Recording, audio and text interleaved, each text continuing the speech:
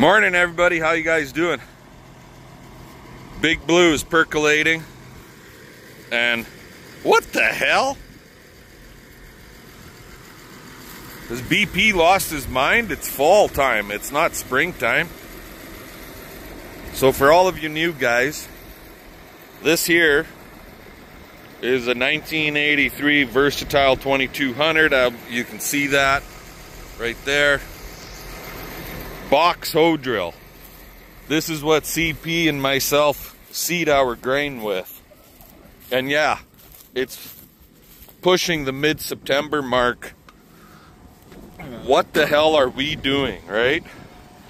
Well, I think in the last video I had mentioned we picked up some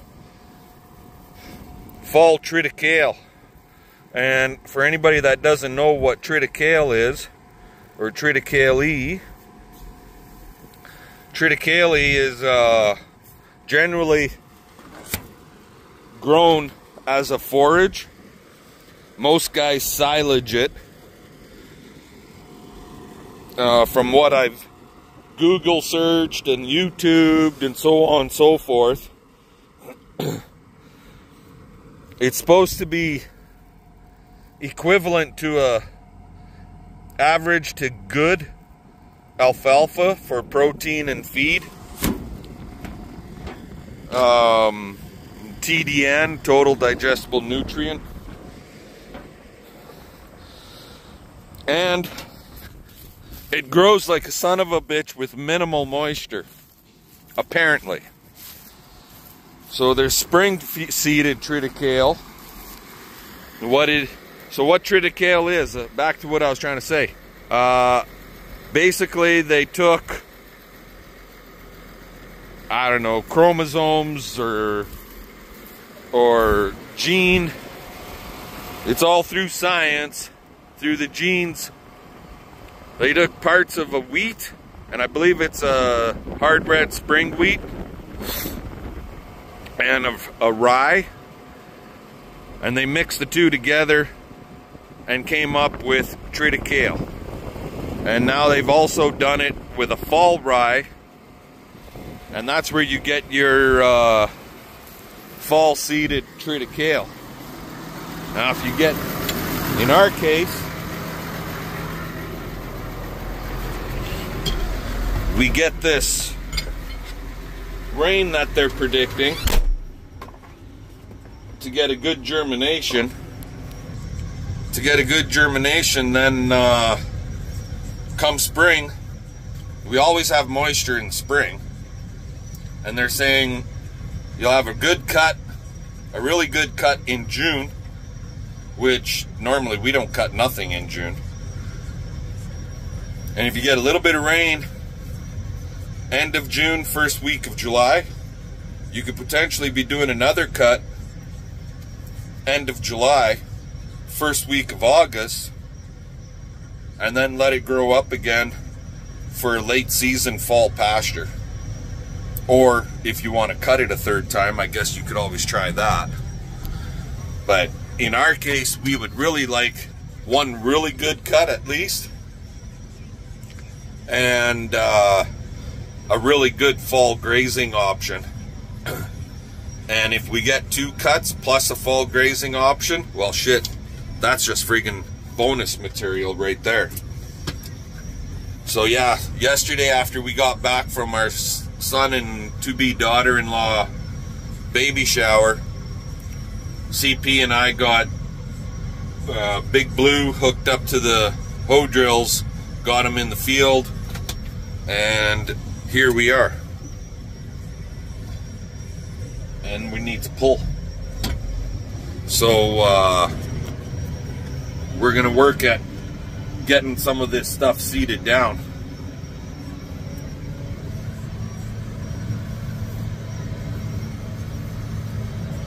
Anywho, I'm gonna let you guys go. I'll get my opening rounds, my headlands done on this. When we seeded this field back in the spring, you could see my rows running this way, which is northeast to southwest.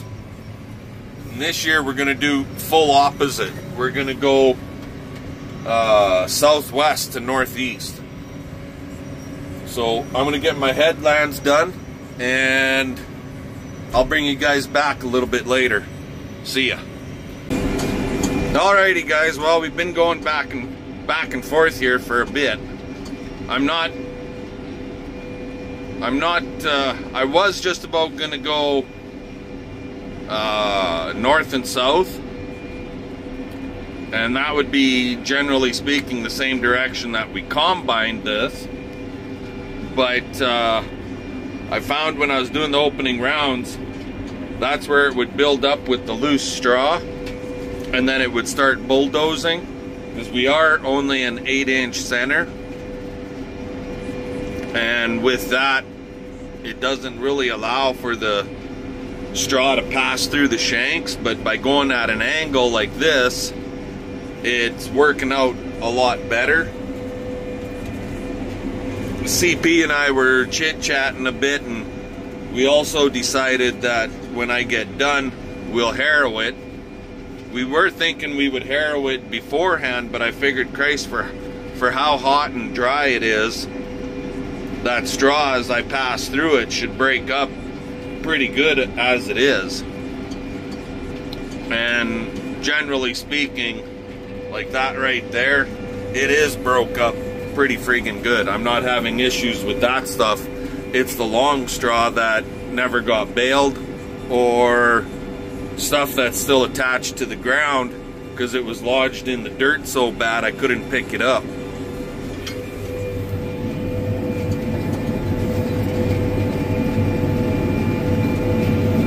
Yeah, you can see a bit of a slight curve in the swath behind us.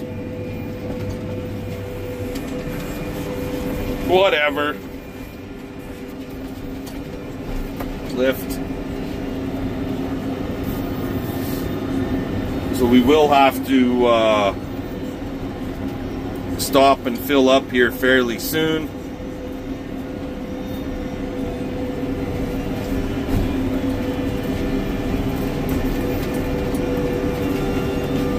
Truck is just right over there, so it's not the end of the world.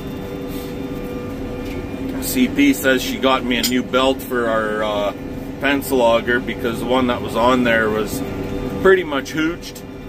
How it was even holding together is beyond me, but it's done like dinner.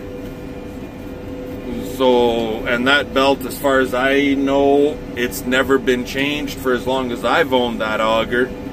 And I've had it for about 20 years. And prior to us having it, it was at a dairy farm. And I have no idea how many bushels of grain it has been through that thing before we got it.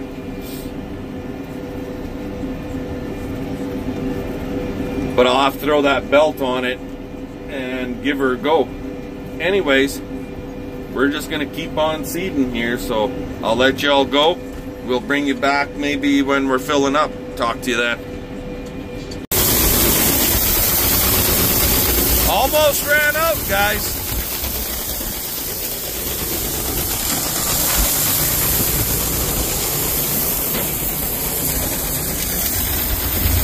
There's still seed in the pockets, but goddamn, that's called cutting her real close, right? Anyways, so this is for all the newcomers. That's the cheap man's grain trailer. Right there, just a 14-foot dump trailer with a grain slide chute on the back end. Then we run an electric pencil auger, generator, and fill her up. It's a hell of a lot easier than a 5-gallon bucket, let me tell you.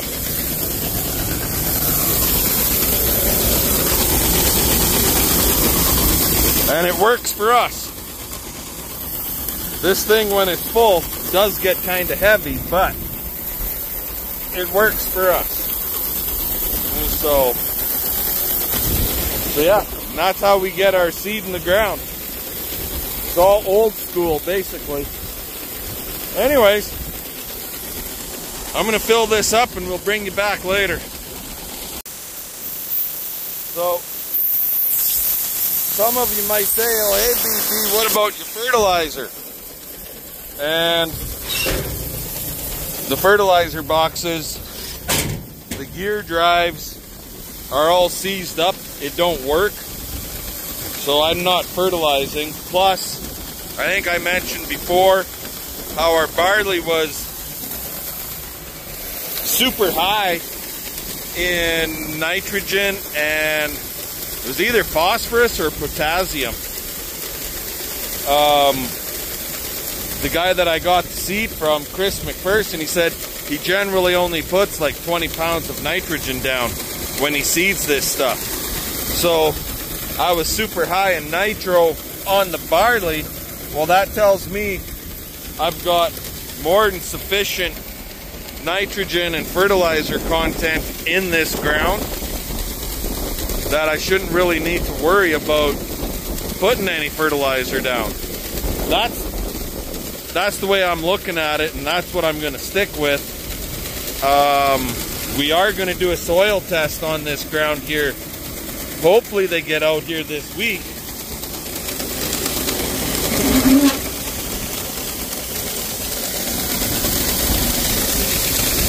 And then if I need something, we can top dress it in the spring, and with the moisture, it should help it soak down into the ground to allow the plant to get it.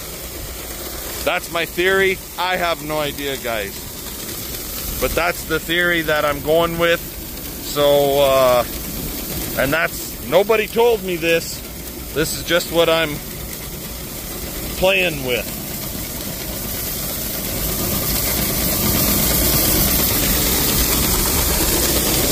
And that one is basically full because I'd like to empty my auger out. So I got to let my trailer down. Oh!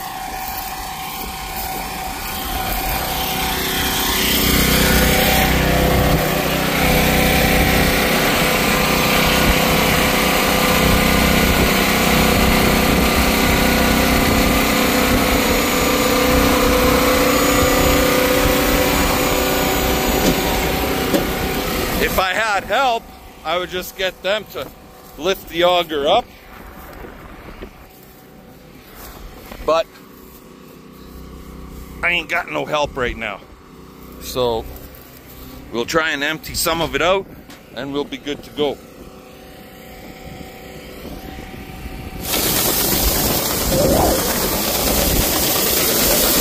They're going to be overfilling that bastard again. There it is. Done. Anyway, I'm going to close this up and we'll get back to seeding. Talk to you later.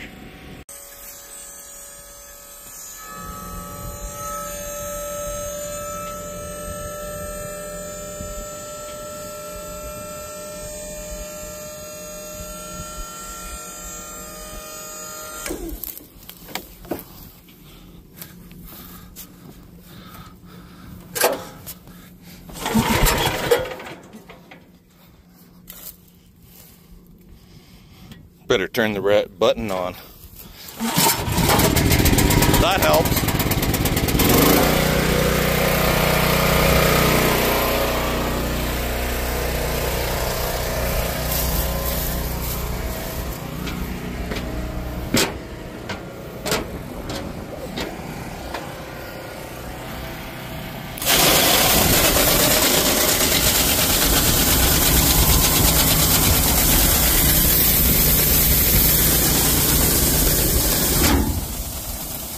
Not right empty. Probably could have made another one or possibly two passes.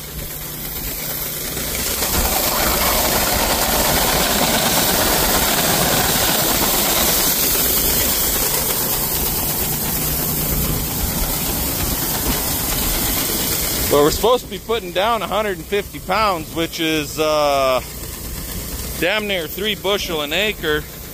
We had 189 on the trailer.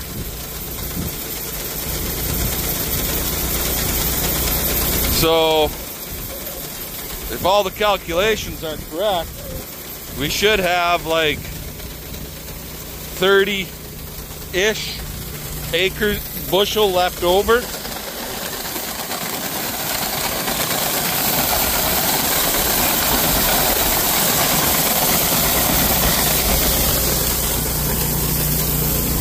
That's the idea anyways. This will be the last fill though. So I'm kind of like, there's way more than friggin' 30 bushels in that trailer, or even 50 as far as that goes. Anyway, I'll let you guys go. We'll talk to you later. Alrighty guys, well, we're still chugging along here. We just got to get over just on the other side of that little knoll right there. Got to get to the other side of that, running at an angle. So basically just this little corner here, a couple acres on this end, and then more or less same thing on the other end, and we'll have her wrapped up. So am I actually getting a full 3 bushel an acre down? I have no idea. Gentleman that we bought it from, he's done it at 2.5. So if I get in at least 2.5, I think I'll be good. The field is pretty goddamn clean. The only thing I'm really seeing in it is volunteer barley, and then and I'm not saying wild barley, I'm saying actual barley, and Canada fucking thistle. But at least with the Canada thistle and the barley, I don't think the barley will be an issue come spring. It'll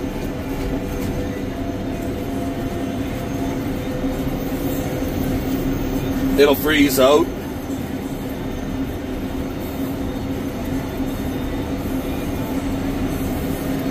And the Canada thistle, we can set it backwards with a broadleaf chemical. Because yes, we can spray this stuff for broadleafs in the spring. So that's alright. And if we get a good catch, then the stuff should grow and it'll make for good competition against that thistle so it doesn't overtake the crop. That's the whole idea anyways.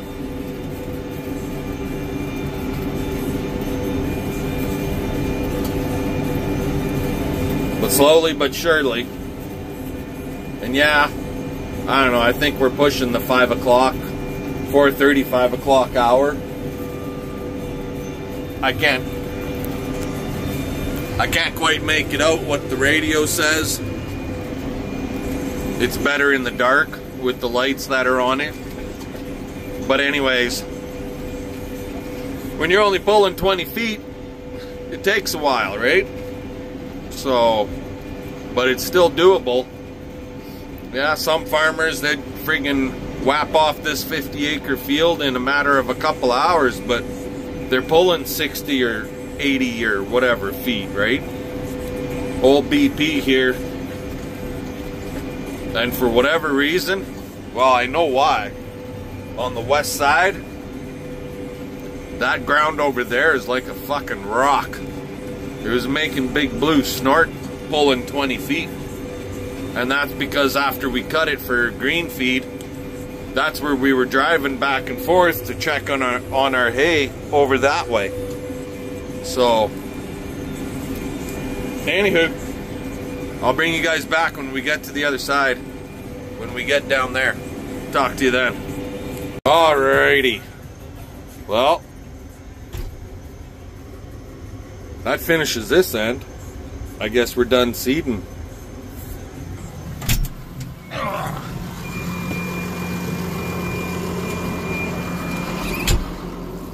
And like I said before, we had 189.5 bushel in the trailer.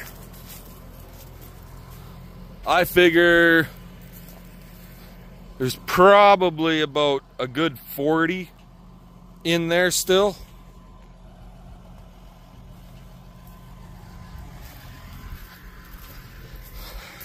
I had it set for 147 pounds of wheat.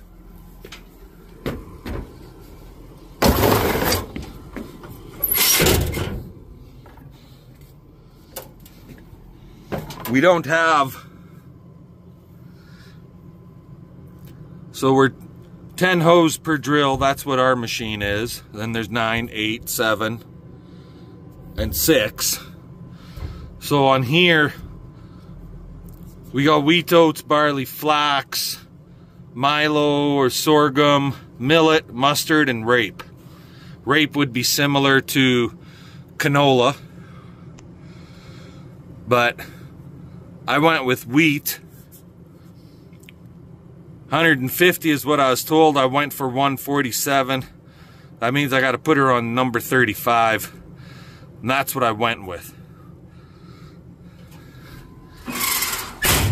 If we're actually 147 pounds that went down, I don't know. But there's approximately 4 to 5 5-gallon pails in each box that I gotta clean out, and then we can put this thing away for again a second time. And here comes the boss. She must have been watching me from the house. I'm not going out there to help that fat bastard until he's done. Right? Right? Yeah. See, you admit it. You admit it. What? You're watching from the house. No, actually, I wasn't. I was coming out to fix fence. Oh. What do you mean? I'm done. Why is that open? Because we got to clean it out. Me? See, guys, I told you. I'm not going to help that fat bastard. All morning she was riding my ass. Come on, let's go, let's go. We gotta go. I'm gonna help you get that seeded. I was busy. She didn't come out to help seed. I was building fence and getting electrocuted. You were getting electrified is what you were doing. CP found a stray voltage and it's touching the fence around our yard. Now she's gonna run me over. Just goes to show how much you really love me. You love that damn dog more than you love me. Do you want me to tie you up? Here. I'll tie you up. Around the neck. Yeah.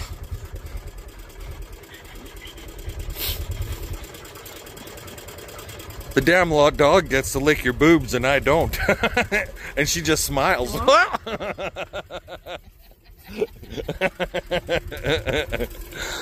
What is this? What are you doing, you fat dog? You go for a ride, Mocha? Tail's just a-going. Alrighty, guys, I gotta go home and get a 5-gallon bucket so I can clean the seed out of this thing. So, is there one in here? No, there isn't. So I'll let y'all go. You guys have a good one. That was the extent of our seeding operation at this point for the next 2 years. We won't need to seed anything at this point until 2026. So fun. Let's get her done. We'll catch y'all later.